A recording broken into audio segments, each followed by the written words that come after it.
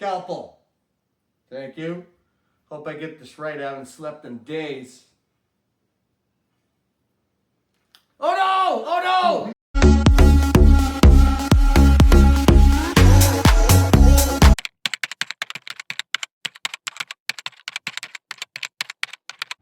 I heard you can throw the football really well, Commish. I can throw the football just as well as I like my rubs. Watch this. What?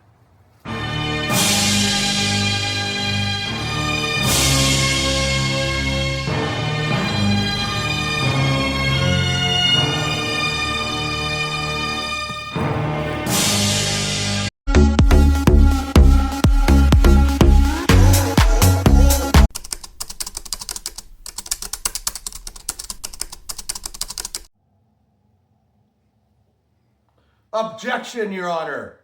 He's badgering the witness. Sustained. All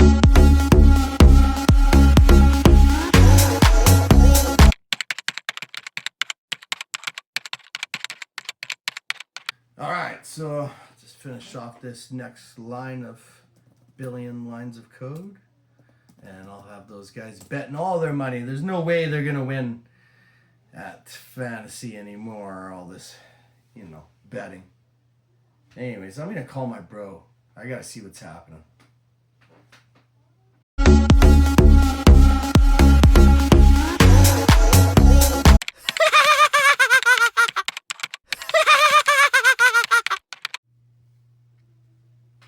Hello? Hey bro, what's poppin'? Dak still making you wet dream? Baby, it's all good, bro. Oh, I got mustard on my favorite shirt. You know what, bro? I don't even know who to set up all this week in my lineup. Well, if you go this linebacker from Washington, they're paying a run-first offense, so that linebacker is guaranteed to get a bunch of volume, and that's how you will win this one. You the best, man. How the hell do you know all this? You see any women around, bro? Good point, my brother. Good point. You know what? Thanks for all you did for this. There's no way I could ever win without you. I know this.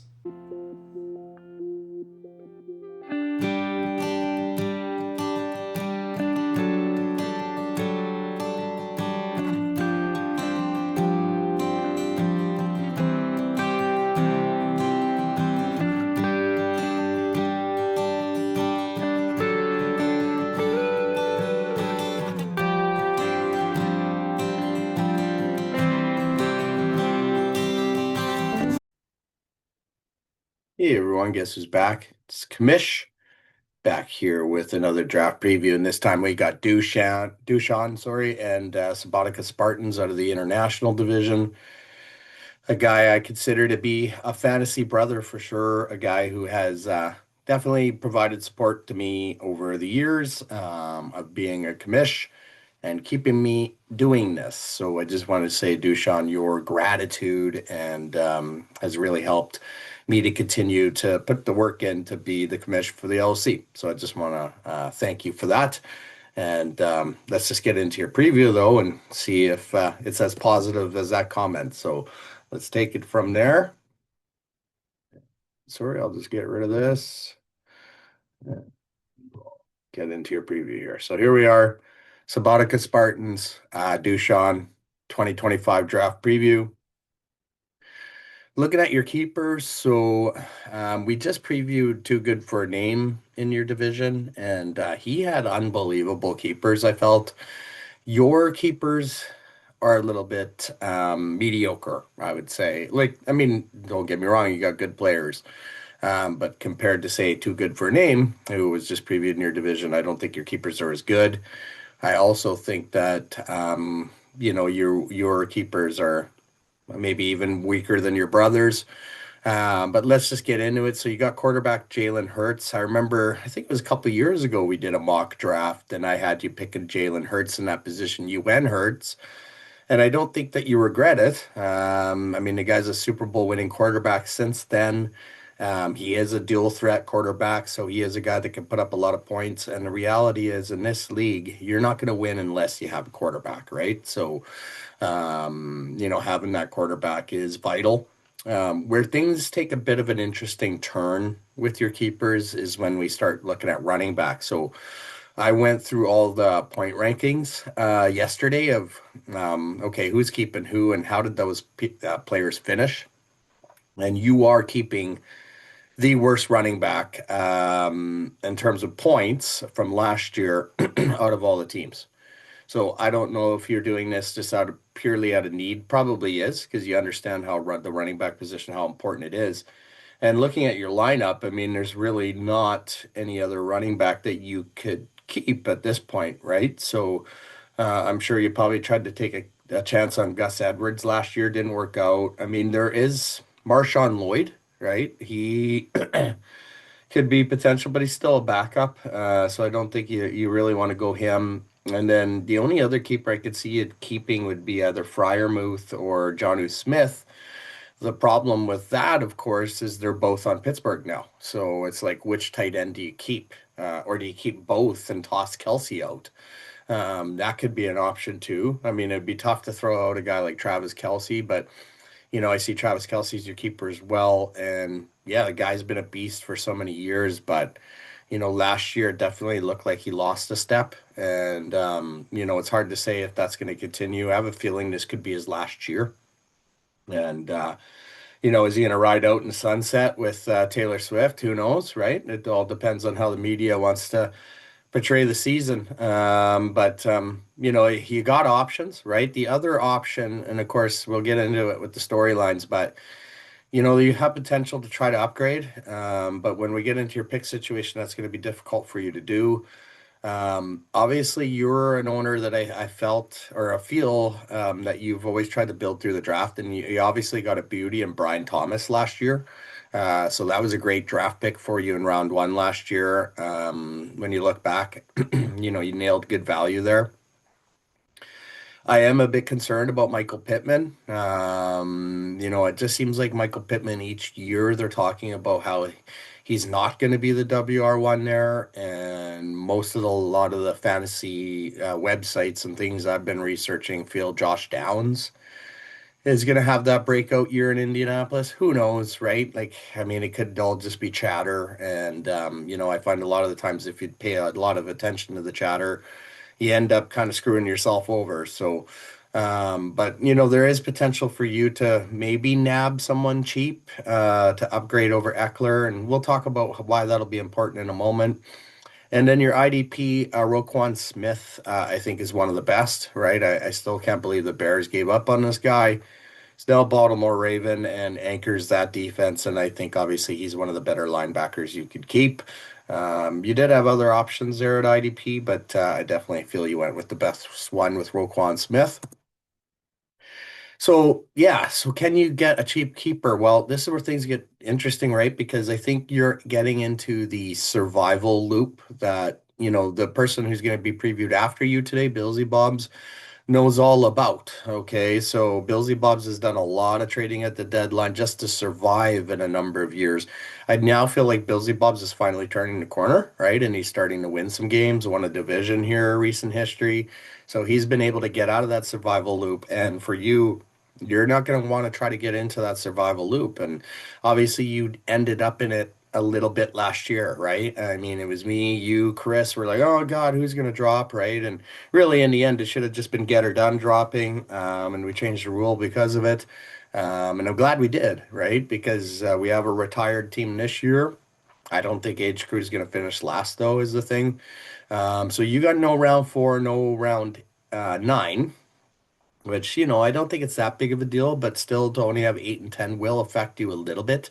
This is where, when we look at Eckler, right? So there's other teams that have still players that can be traded for, right? So when I look at the wide receiver rankings, it's DJ Moore at the top.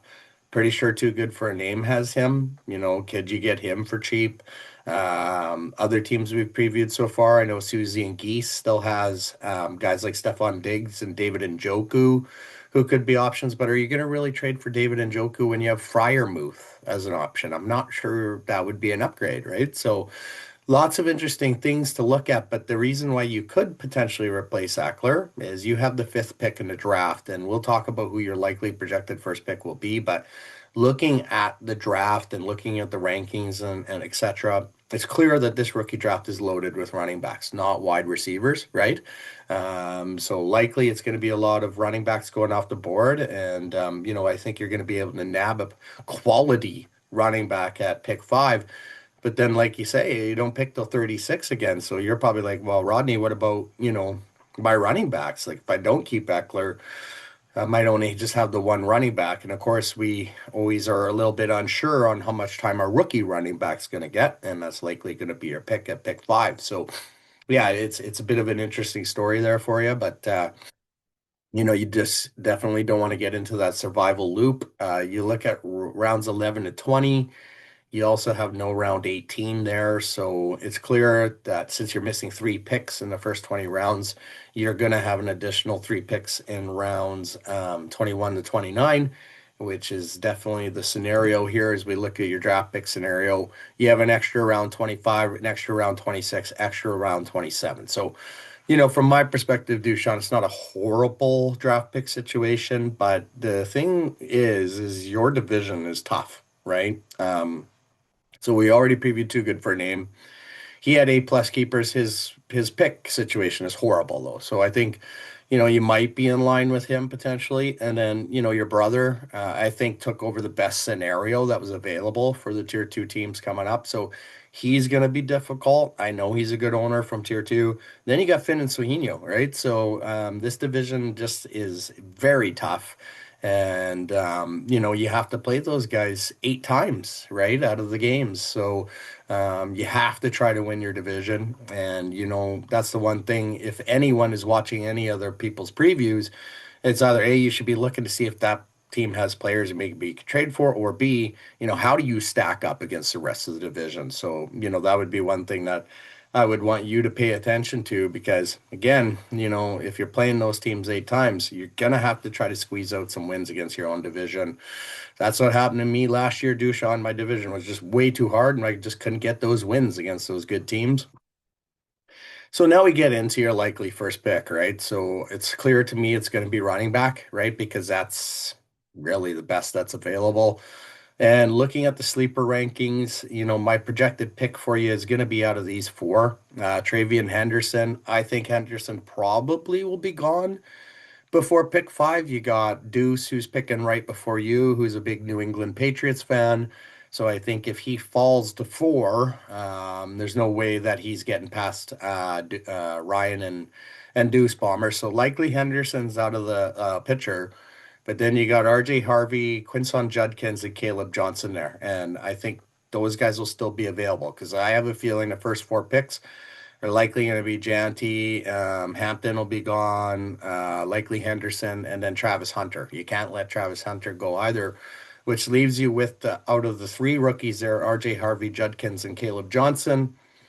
I pick right after you, right? So whoever you don't pick out of one of those guys, I don't have a running back as keeper, so I'm likely picking a running back as well. Obviously, it's not my preview, but just to kind of put it into perspective. So I think either one of us, you or I, have a good chance to nab a good rookie running back there, whether it's one of those 3. And, I'd be curious to see who you go with at 5. And, maybe if we do this mock draft, it'd be fun to see kind of who gets mocked at your position and my position and others. So hopefully we're able to get that off the ground. But either way, I think one of those running backs hopefully is going to be, future keeper number 1 and pan out for you for sure. Storylines for you, Dushan. I had survival year question mark. I think it is a bit of a survival year. I do think that you would be in the lower half of the league this year. Hate to say it to you, just because looking at your keepers versus other teams and the fact that you do not have the best ideal draft pick scenario, even though it's not that bad. The next storyline, maybe you could seek out a cheap keeper, or maybe you consider Frymuth or Johnny Smith, or maybe you just keep Austin Eckler, right? It's your team. I know Eckler was doing pretty good there until he got that really bad concussion. And it'll be interesting to see how much time he gets again this year in that offense. And again, he's a receiving threat too, so maybe that is the guy. But if you could get a guy like DJ Moore on the cheap, maybe that might be an option. And then the next thing, and I've already kind of touched on it already, and you can talk to Danny and Billsy Bobs about the survival spiral because I saw him in it for a few years, but he got out of it, right? And Billsy Bob's won the division here recently. So there's no doubt in my mind you are a good enough owner to avoid the survival spiral. And the one thing I love about you, Dushan, is you have not been scared to make that one or two trades at the deadline to try to survive because you have to, right? You want to be in tier one, you don't want to be in tier two.